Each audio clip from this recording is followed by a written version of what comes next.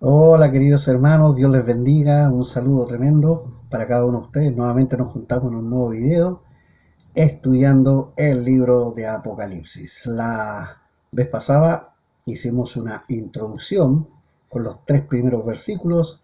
Hoy día continuamos el resto de los versículos y vamos a ver algo muy interesante. Vamos a ver la división del libro de Apocalipsis y vamos a ver la primera división. La segunda y tercera división van a quedar ahí pendientes porque vamos a partir con la primera división del libro.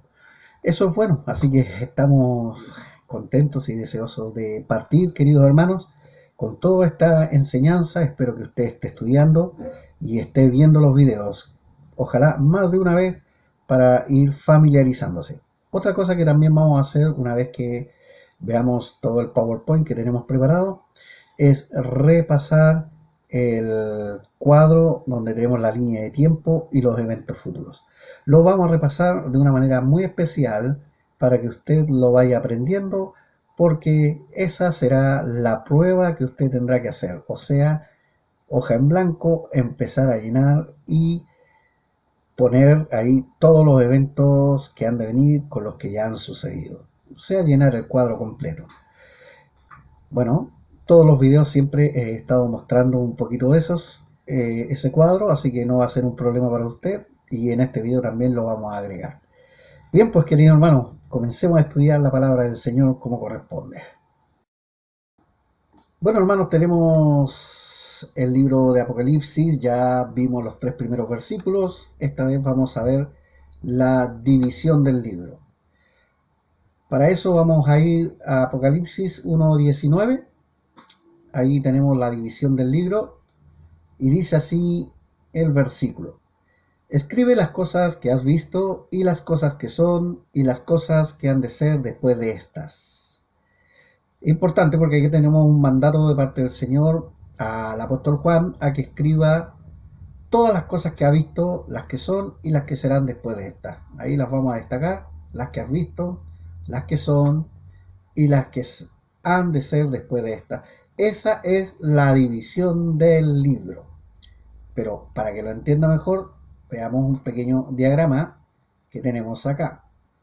Ahí, en ese cuadrito, tenemos la división de Apocalipsis 1:19. Las cosas que has visto, ahí está el capítulo 1. Las cosas que son comprenden el capítulo 2 y 3. Y desde el 4 al 22, todos esos capítulos son las cosas que han de ser después de estas. Así que si usted tiene que dividir el libro, la tiene que dividir en esas tres partes. La primera es cortita porque comprende un solo capítulo, que es lo que vamos a ver hoy día. La segunda parte también es corta, comprende dos capítulos solamente, que son los mensajes de las siete iglesias, las cosas que son. Pero los eventos futuros están desde el 4 al 22, las cosas que han de ser después de estas. El mismo libro de Apocalipsis nos da la división del libro. Ahora lo vamos a trabajar un poquito más eh, firme acá. Y acá tenemos, hermanos, las cosas que has visto. También tenemos las cosas que son y las cosas que serán después de estas. Espero que todos lo puedan ver bien ahí. Y en el capítulo 1 son las cosas que son, como dijimos, las cosas que has visto, capítulo 1. Capítulo 2 y 3 son las cosas que son, ahí sí. Y las cosas que serán después de esta son del capítulo 4 al 22. Entonces lancé una línea ahí y veamos la división por por estos capítulos que tenemos aquí. Bueno, en el capítulo 1, que son las cosas que has visto, tenemos el prólogo del versículo del 1 al 8.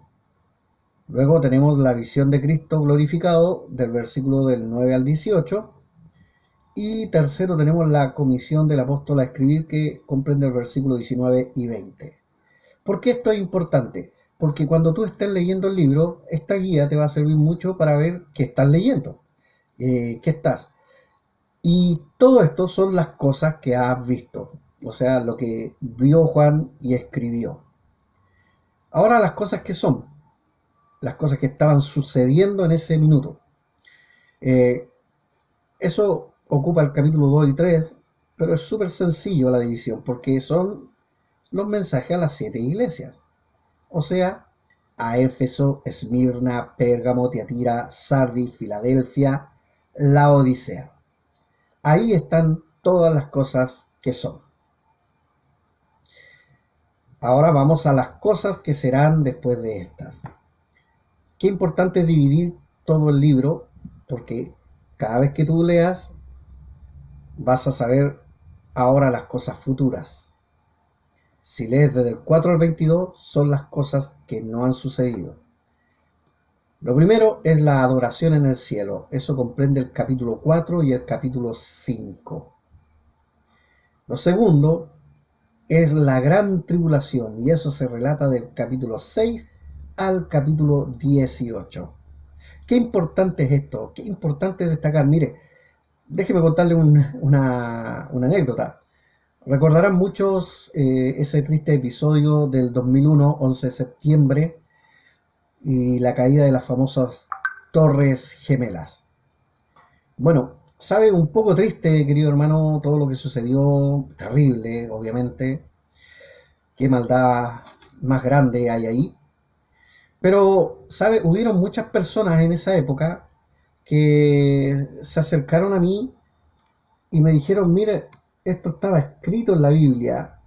Y claro, me mencionaron Apocalipsis 18, eh, como si todo lo que estaba escrito en el Apocalipsis 18 era lo que estaba sucediendo. Eh, por ejemplo, en el mismo 18 dice, y viendo el humo de su incendio, dieron voces diciendo, ¿qué ciudad era semejante a esta gran ciudad?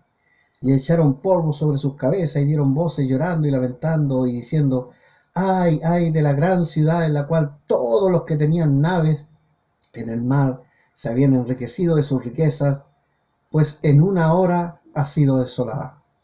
Entonces muchos decían, lo de las Torres Gemelas estaba escrito en el Apocalipsis, pero la verdad es que no, por supuesto que no, porque todo lo que está escrito desde el capítulo 6 al capítulo 18 son cosas reservadas para la gran tribulación. Y si bien es un hecho muy triste lo de las Torres Gemelas, y que puede parecerse un poco al texto, no es todo lo que describe el texto, no está dentro del contexto de la gran tribulación. Y si fue terrible lo de las Torres Gemelas, imagínate lo terrible que será el tiempo de la tribulación. Además, el texto de Apocalipsis 18 habla de la caída de la Babilonia la Grande, ese sistema político, económico y religioso. No un par de edificios que representan una nación que ni siquiera se destruyó la nación por eso. Así que por eso es importante hacer estas divisiones, porque te ayuda a entender mejor todo este tipo de cosas. Eh, en tercer lugar, en el capítulo 19 tenemos el regreso del Rey Jesucristo. La segunda venida de Jesucristo está ahí en el capítulo 19. Bueno, una vez regresado y puesto en orden todas las cosas, instaura el milenio, capítulo 20 del 1 al 10. En el mismo capítulo tenemos el juicio del gran trono blanco, que es el mismo capítulo 20 del 11 al 15. Qué juicio más triste, porque todo aquel que no se haya inscrito en el libro de la vida será echado al lago de fuego. Pero esta advertencia ya la hace desde que escribió el libro de Apocalipsis, así que la gente no tendrá excusa. Y finalmente termina con el estado eterno relatado en el capítulo 21 y 22. Entonces aquí tú tienes la división, querido hermano, que te puede ayudar mucho a la hora de estudiar el libro. Y bueno, yo lo hago súper simple. Capítulo 1 son las cosas que has visto, capítulo 2 y 3 las cosas que son, bueno, que son para el apóstol Juan, o el mensaje a las iglesias. y las cosas que serán después de estas, o sea, después de la era de la iglesia, van a venir este tipo de cosas. Mire, ve ahí las cosas que has visto, las cosas que son, digámoslo de esta manera, son cosas que ya pasaron o que ya están ahí eh, escritas y que tiene mucho que ver con los tiempos del apóstol Juan, porque Éfeso, Esmirna, Pérgamo, Tiatira, Sardis, Filadelfia, la Odisea son iglesias que eran de la época del apóstol Juan. Y ahora las cosas que serán después de estas son las cosas que sucederán. ¿Ve que es práctico un poco esto? Porque ya cuando vayas al libro del Apocalipsis vas a mirar desde el 4 en adelante como algo que va a suceder.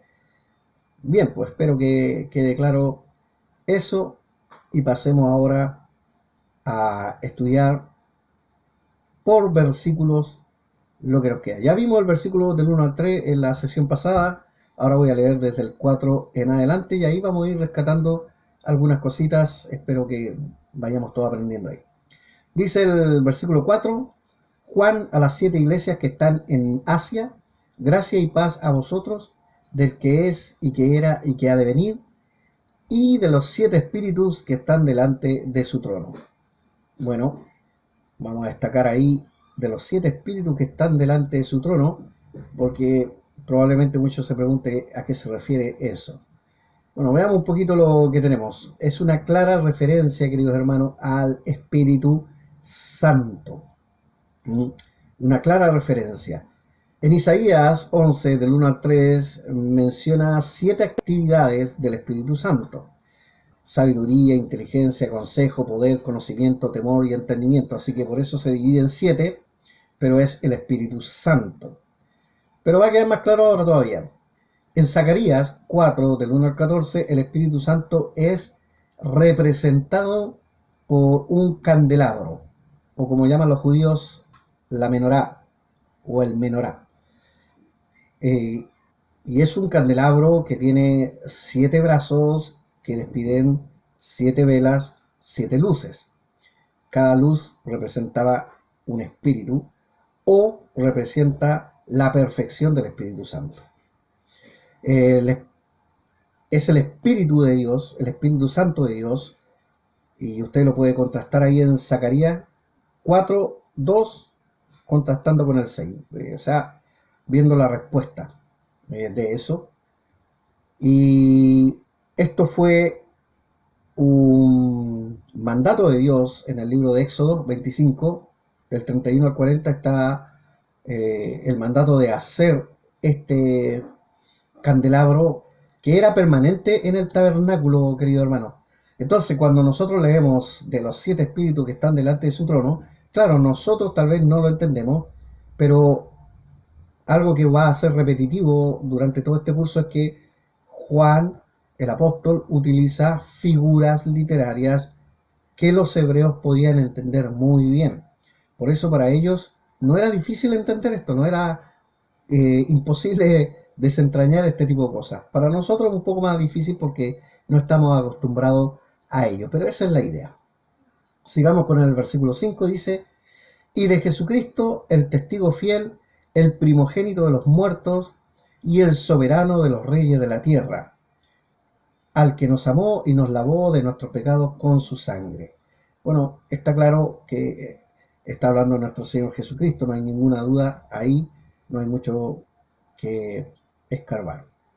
Bueno, veamos por acá que sigue en el versículo 6, 7 y 8. Y nos hizo reyes y sacerdotes para Dios, su Padre. A Él sea gloria e imperio por los siglos de los siglos. Amén. Vamos a destacar la palabra sacerdotes, queridos hermanos. Y eso me lleva a 1 de Pedro 5 y versículo 9. Porque, hermanos, desde que Cristo hizo su sacrificio por ti y por mí, nos convierte en sacerdotes para todos aquellos que le reconocemos como Señor Salvador personal. Nos convierte en sacerdote con acceso directo al trono de la gracia. O sea, ya no necesitamos otro intermediario como un sacerdote levita, que era el intermediario que tenía que hacer la expiación por los pecados de las personas. Ahora somos sacerdotes. Y mira lo que dice Primera de Pedro 2:5.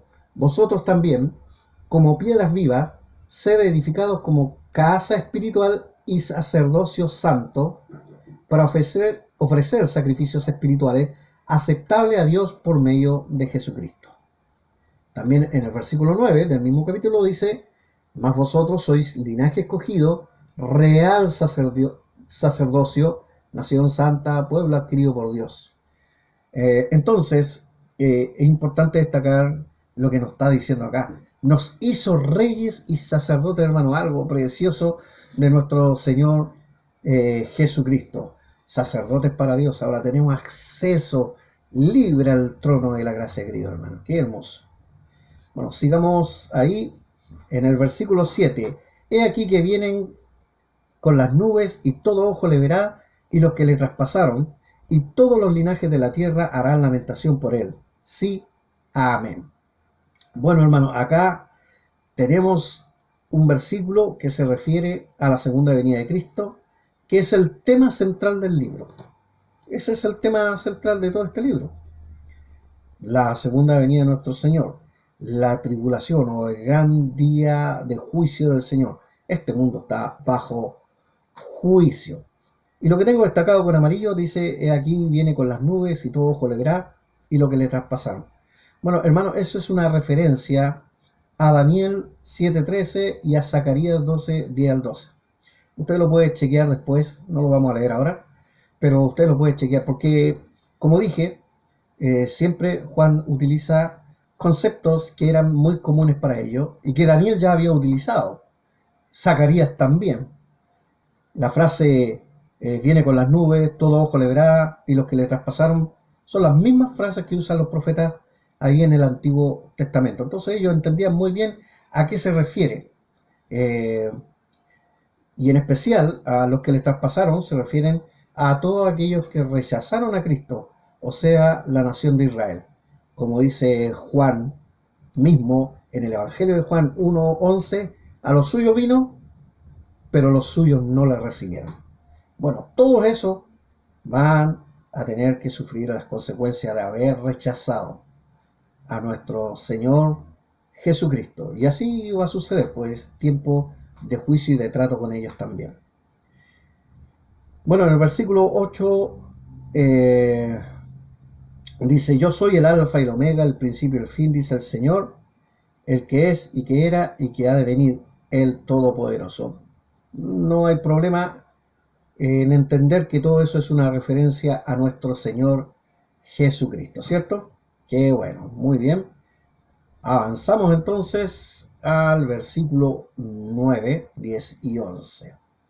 Dice: yo, Juan, vuestro hermano, y copartícipe vuestro en la tribulación, en el reino y en la paciencia de Jesucristo, estaba en la isla llamada Patmos por causa de la palabra de Dios y el testimonio de Jesucristo.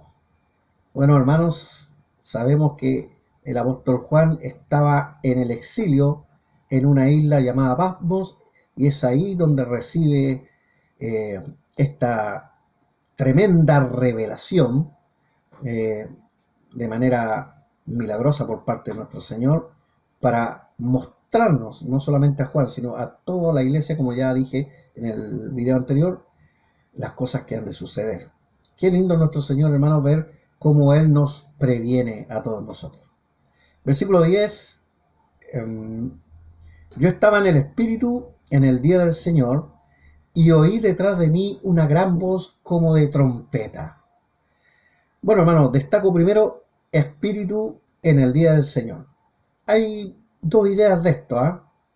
La primera es que puede significar un éxtasis del apóstol Juan, donde ve sobre el día del Señor, sobre el día del juicio. Todo lo que ve tiene que ver sobre el día grande y terrible de Jehová. Y entra en un éxtasis y puede ver esa visión. Bueno, eso no es algo malo de pensar, porque el apóstol Pedro, en Hechos capítulo 10, versículo 10, también entró en un éxtasis cuando sube al aposento a orar y ve la visión de la comida inmunda que come, en referencia a Cornelio. Usted se acordará de ese pasaje. Y también sucede algo similar con el apóstol Pablo en 2 Corintios 12, cuando él dice que va al tercer cielo, no sabe si en el espíritu o en el cuerpo, no lo sabe, pero ellos entran en un éxtasis donde pueden ver todas estas visiones. Es probable que eso es lo que haya sucedido con el apóstol Juan, y a eso se refiere estar en el espíritu en el día del Señor. Ahora, hay otro grupo que cree que simplemente se refiere a estar orando el día domingo, que es el día del Señor. Bueno, cualquiera de las dos está bien, aunque yo me inclino por la primera, basado en esos dos pasajes bíblicos que le acabo de dar. Eso. Y destacamos la gran voz como de trompeta que dice. Bueno, eso es muy sencillo, hermano, es una voz solemne, porque las trompetas o el chofar, que era la trompeta de la época, siempre indicaba solemnidad, cuando llegaba el rey, cuando llegaba una autoridad suprema y cuando se iba a dar un mensaje de parte del rey, siempre se hacía sonar el chofar. También cuando había sonido de guerra y de juicio, bueno, acá viene con voz de trompeta solemne, viene el rey y viene a impartir juicio. Versículo 11 dice que decía: yo soy el alfa y la omega, el primero y el último. Escribe en un libro lo que ves y envíalo a las 7 iglesias que están en Asia, a Éfeso, Esmirna, Pérgamo, Tiatira, Sardis, Filadelfia y Laodicea. O sea, entendemos muy bien este pasaje, no es necesario explicarlo, pero ahí está el mandato de enviar todo esto a las 7 iglesias del Asia Menor. Sigamos con los versículos 12, 13 y 14. Versículo 12 dice: y me volví para ver la voz que hablaba conmigo, y vuelto vi 7 candeleros de oro. ¿Qué son esos 7 candeleros de oro, hermano? Bueno, son las 7 iglesias, porque eso es lo que nos revela el versículo 20. Hay mucha gente que a veces se extraña de lo que nos dice y no sigue leyendo o no se da cuenta de lo que está leyendo, y la respuesta está ahí mismo en el versículo 20, después lo vamos a ver. Así que los 7 candeleros son las 7 iglesias. Versículo 13: y en medio de los 7 candeleros, a uno semejante al Hijo del Hombre, vestido de una ropa que llegaba hasta los pies y ceñido por el pecho con un cinto de oro.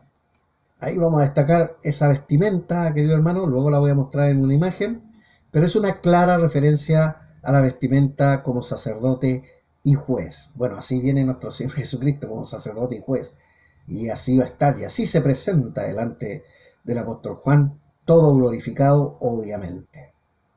Versículo 14: y su cabeza y sus cabellos eran blancos como blanca lana, como nieve, sus ojos como llama de fuego. Bueno, la frase eran blancos como blanca lana es una referencia a la pureza de Cristo, y nuevamente utiliza una figura que Daniel ya había descrito en su visión de las 4 bestias en el capítulo 7, donde Daniel llama a Cristo el anciano de días, y también habla que tiene su pelo como blanca lana. Ahora, también dice que sus ojos son como llama de fuego. Y eso es una referencia, hermano, a unos ojos penetrantes que todo lo escudriña para el juicio. Daniel, en el capítulo 7, usa el trono de fuego, y aquí se condice con los ojos penetrantes de fuego porque el trono es el asiento del juez y sus ojos lo que escudriñan todo lo que van a juzgar. Así que para el pueblo al que iba escrito, todas estas cosas le eran muy familiares, no así mucho para nosotros, y por eso tenemos que estudiarlas, investigarlas, etc. Pero es bonito todo esto, ¿cierto, hermanos? Qué lindo es esto. Sigamos con el versículo 15, 16 y 17. Dice el 15, y sus pies, semejante al bronce bruñido, refulgente como un horno, y su voz como estruendo de muchas aguas. Bueno, ahí destacamos que los pies de nuestro Señor son semejantes al bronce bruñido. Ahí está brillante, eso significa bruñido, pulido. Y una referencia a Daniel 10:6. Daniel también dice que Dios es como el, el bronce bruñido, ¿ya? Y habla de la pureza de los pies, que hollará, entre paréntesis, a los enemigos, a los malos. Malaquías 4:3 hace esa referencia. Los pies vienen a pisotear a todo aquel que le rechazó, que le desconoció, a los que le traspasaron también. Qué terrible, pero ahí está escrito. Entonces, por eso habla de los pies como bronce bruñido. También vamos a destacar la frase estruendo de muchas aguas. Es un juicio, hermano, majestuoso. Un juicio majestuoso. Hermano, permítame leerles por favor Salmo 93. Me gusta cómo lo dice. El versículo 3 y 4. Dice, alzaron los ríos, oh Jehová, los ríos alzaron su sonido, alzaron los ríos sus ondas. Jehová en las alturas es más poderoso que el estruendo de las muchas aguas, más que las recias ondas del mar. Mire qué hermoso, hermano, el texto que tenemos aquí y nos muestra cuán recia es la voz, que es como estruendo de muchas aguas. A ver si leemos Ezequiel 43:2 y nos dice así: y he aquí la gloria del Dios de Israel que venía del oriente, y su sonido era como sonido de muchas aguas, y la tierra resplandecía a causa de su gloria. Bueno, estos versículos los quise leer simplemente para demostrar que todas las figuras que está usando el apóstol Juan están de alguna manera conectadas con el Antiguo Testamento, y ya los conocedores del Antiguo Testamento entendían muy bien todo esto del estruendo, del bronce bruñido de sus pies, etc. Qué bonito ver cómo Juan aplica estas cosas para que todos sus hermanos en Cristo lo puedan entender. Qué bueno. Recuerda que todo este juicio tiene mucho que ver con Israel. Versículo 16. Tenía en su diestra 7 estrellas, de su boca salía una espada aguda de 2 filos, y su rostro era como el sol cuando resplandece en su fuerza.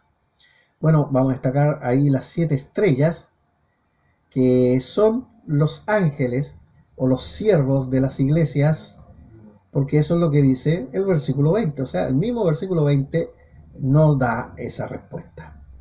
También dice que de su boca salía una espada aguda de 2 filos. Bueno, Cristo es juez, a eso viene, a juzgar al mundo, o como en el progreso del peregrino, a la ciudad de la destrucción. Y destacamos también, y su rostro era como el sol. Hoy hay todo un mensaje acá muy precioso ahí.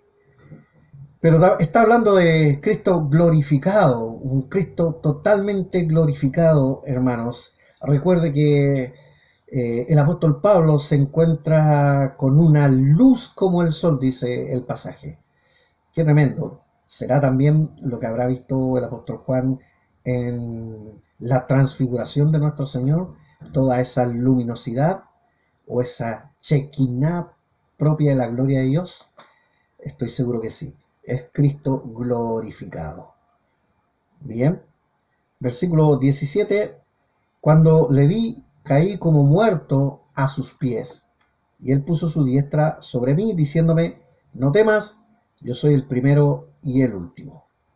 Bueno, la frase ahí como muerto a sus pies Es muy simple, hermanos. Nadie se sostendrá ante la majestuosidad del Señor. Nadie se sostendrá de pie.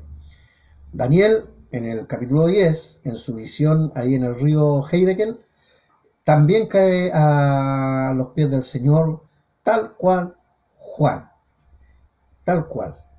Y no se puede sostener delante de él. Querido hermano, si alguien dice que vio al Señor literalmente y no cayó sobre sus pies, es falso. Nadie se va a poder sostener. Muy bien. Vamos a los últimos 3 versículos, hermanos. 18, 19 y 20. Veamos el primero, 18. Y el que vivo, y estuve muerto, mas he aquí que vivo por los siglos de los siglos. Amén. Gloria a Dios. Claro que sí. Y tengo las llaves de la muerte y del Hades. Bueno, lo anterior no hay que escribirlo mucho, no tenemos ninguna duda que nuestro Señor vive por los siglos de los siglos. Y bueno, gloria a Dios que nosotros viviremos y reinaremos con Él, gracias a su gracia y misericordia. Pero destacamos acá las llaves de la muerte y del Hades. Bueno, nadie más tiene autoridad o las llaves que nuestro Señor Cristo Dios. Nadie, solamente Él. Su resurrección derrotó a la muerte y demostró que solamente Él tiene el poder de vencer la muerte y también tiene el poder de echar a Satanás y sus demonios al infierno y a todo aquel que no esté inscrito en el libro de la vida a ese infierno. No es Satanás el dueño del infierno, no es el amo del infierno, no es el amo del Hades, para nada, no tiene que ver con el Hades griego, donde sí era controlado por Hades, que es el inframundo, pero acá no tiene que ver eso. De ahí sale la mitología esa de que en el infierno Satanás gobierna por la mitología griega, porque Hades gobernaba el inframundo, pero acá no tiene nada que ver. Acá las llaves de la muerte y del Hades las tiene Cristo y solamente Él vence y va a salir victorioso porque ni la muerte puede con Él. En cambio, Satanás está derrotado porque Él no puede vencer la muerte. De hecho, ni siquiera Él puede tomar la vida de un creyente, querido hermano, a no ser que Dios lo permita. Él no puede hacer nada de eso. Nos querría destruir, claro que sí, y nos quiere ver en el suelo, pero no puede llevarnos a no ser que Dios así lo decida. Qué bueno saber eso, qué bueno estar seguro en las manos del Señor. Versículo 19 dice, escribe las cosas que has visto y las que son y las que han de ser después de esta. Bueno, ese es el versículo que analizamos al principio para ver la división del libro, las cosas que has visto, las que son y las que han de ser después de esta. Es la división más sensata y práctica para estudiar este maravilloso libro. Llegamos al versículo final del capítulo 1, o de las cosas que has visto. Dice, el misterio de las 7 estrellas que has visto en mi diestra y de los 7 candeleros de oro. Las 7 estrellas son los ángeles de las 7 iglesias y los 7 candeleros que has visto son las 7 iglesias. Qué maravilloso, ahí nos está dando la respuesta de las 7 estrellas que estaban en su diestra y los 7 candeleros de oro. Destacamos la palabra 7, que se repite ahí varias veces. Bueno, hermano, es un número recurrente en toda la Biblia. Hay 7 sellos, hay 7 trompetas, 7 copas, 7 cabezas, todo es 7, 7 iglesias, 7 ángeles. Y el número 7 demuestra la perfección, demuestra algo completo. Aunque sea malo, por ejemplo, la bestia tiene 7 cabezas. Bueno, el enemigo perfecto, el enemigo perfecto de Dios, ojo, no es perfecto. Su número es 666.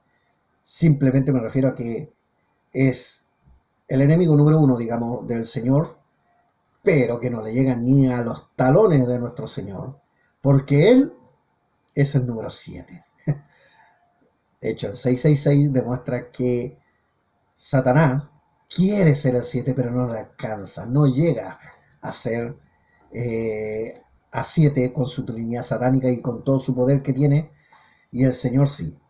Así que eso demuestra perfección. El 7 es un número divino, totalmente, un número relacionado mucho con Dios y también tiene que estar relacionado con el juicio perfecto de nuestro Señor. Y bueno, los ángeles, aquí me detengo un poquito, dice las 7 estrellas son los ángeles de las 7 iglesias. Hermanos, la mayoría concuerda que se refiere a los siervos o líderes espirituales de la iglesia. Y esto me lleva a una reflexión, queridos hermanos, la reflexión de que toda iglesia, todo cuerpo debe tener un líder espiritual apartado por Dios, encomendado por Dios para una obra tan magnífica, para velar por las ovejas, velar por la sana doctrina, velar por el cuerpo de Cristo y velar por estas verdades, hermanos, porque somos sal de la tierra y debemos preservar el mensaje delante del mundo. Dios nos preserva a nosotros, pero nosotros preservamos el mensaje.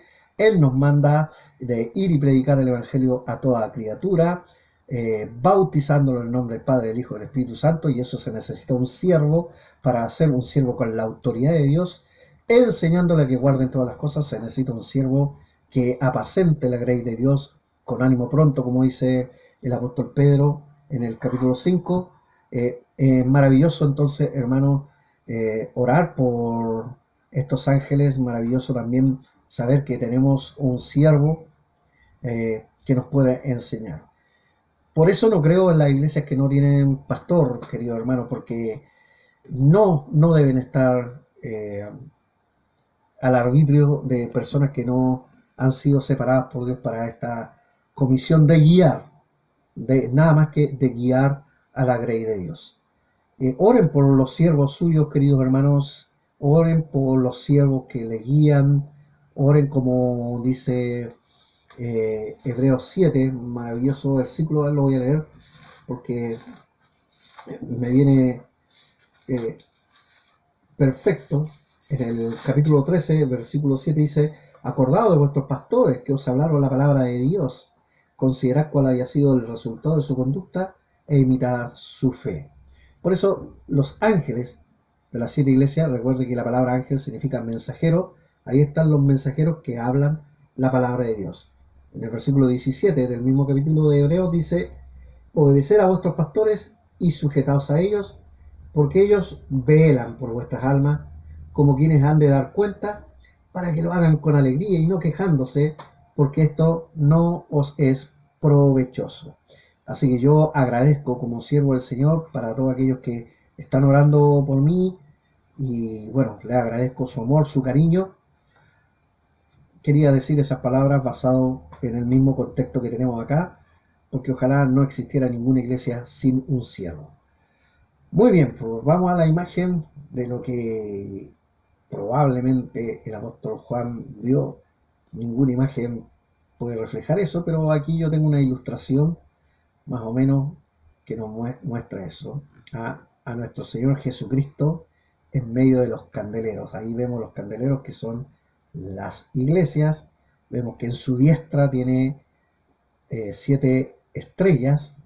Qué linda la estrella, pero qué magnífica la figura del Señor que tenemos acá, con su pelo blanco, lleno de pureza, con su atuendo sacerdotal y de juez, su cinto de oro, dice la Escritura. Mire sus pies de bronce bruñido, refulgente, y con toda esa luminosidad maravillosa como el sol. Tal vez le falta más luminosidad al trabajo, al cuadro, pero bueno, es la ilustración que yo pude encontrar para mostrarle un poquito sobre lo que Juan vio, el gran apóstol Juan, de nuestro magnífico Señor Jesucristo. Bueno, yo creo que él quedó sin palabras nada más, por eso cae casi muerto, igual que el profeta Daniel. Bueno, nosotros, si yo veo esta imagen, hermano, créame que me rindo a los pies de nuestro Señor, no podría quedar en pie. Me emociona ver estas imágenes. Es tremendo, va a ser muy lindo el día que estemos con nuestro Señor. Bueno, así terminamos la primera parte y las cosas que has visto. terminamos el capítulo 1, queridos hermanos. Ya estamos entrando. Para el próximo video vamos a estudiar el 2 y 3, o sea, las cosas que son. Espero que sea un deleite para ustedes. Para mí, por lo menos, lo es. Hermanos, ahora vamos al diagrama. Estudiemos el diagrama que usted va a tener que memorizar. O sea, una hoja en blanco, tirar la línea y empezar a poner cada una de las cosas. No es difícil, hermano, no se asuste. Porque en la medida que uno hace este tipo de trabajo y lo ve varias veces, va quedando solito en la mente. Muy bien, pues vamos a ello. Bien, hermano, aquí tenemos el diagrama y lo único que le voy a conceder es esa cruz y nuestro Señor Jesucristo a este otro ladito, con la línea del tiempo. Pero mire, esto es para un ejercicio. Hagamos el ejercicio de cómo vamos a llenar todo este cuadro de los eventos futuros. Primero vamos a partir con el edicto de Artajerjes. ¿Cuándo fue? En el año 444 a.C.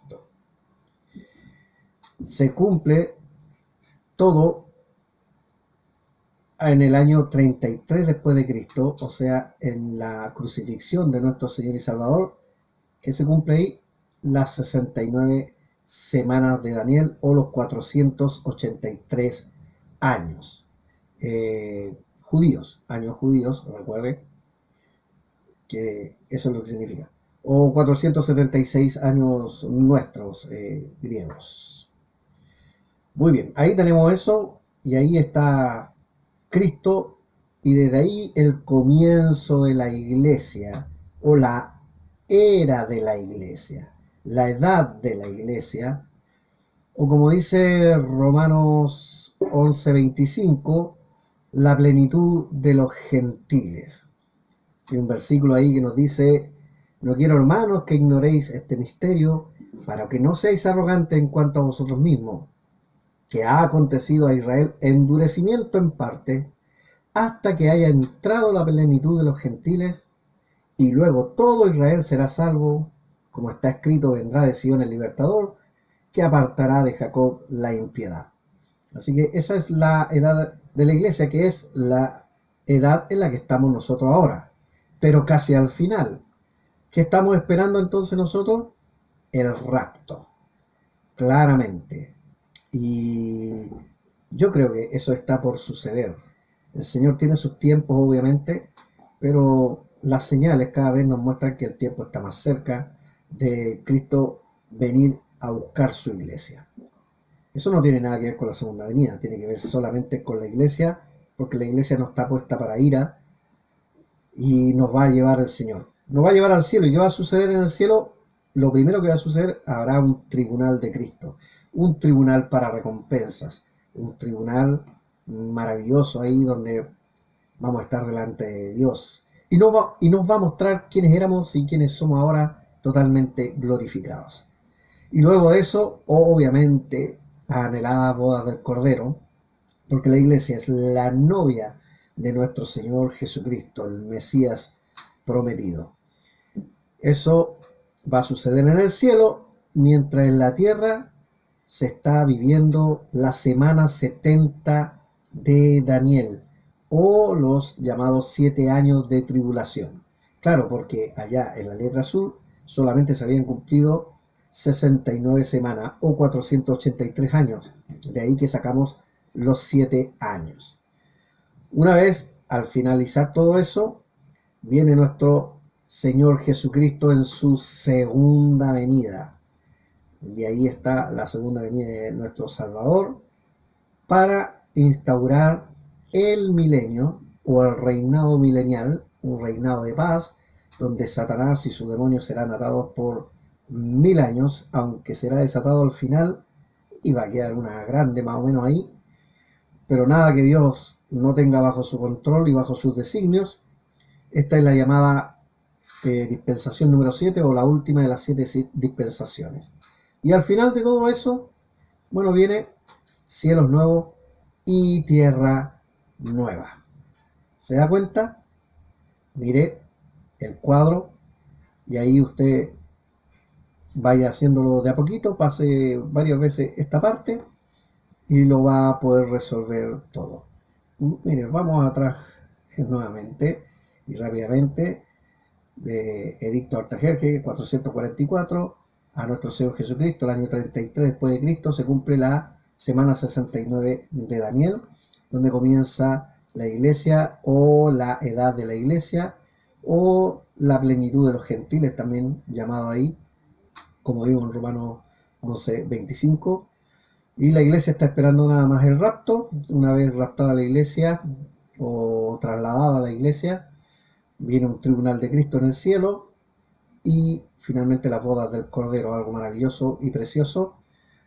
Mientras abajo hay un juicio, la semana 70 de Daniel, o los 7 años de la tribulación. Al término de esos 7 años está la segunda venida de nuestro Señor Jesucristo para instaurar su reinado milenial, que es la última de las 7 dispensaciones, y luego los cielos nuevos y tierra nueva, todo de cero. Bien, pues queridos hermanos, me despido por el día de hoy. Les dejo este ejercicio para que usted lo esté trabajando. Leamos en el Señor. Nos vemos en los próximos videos. Chao, bendiciones.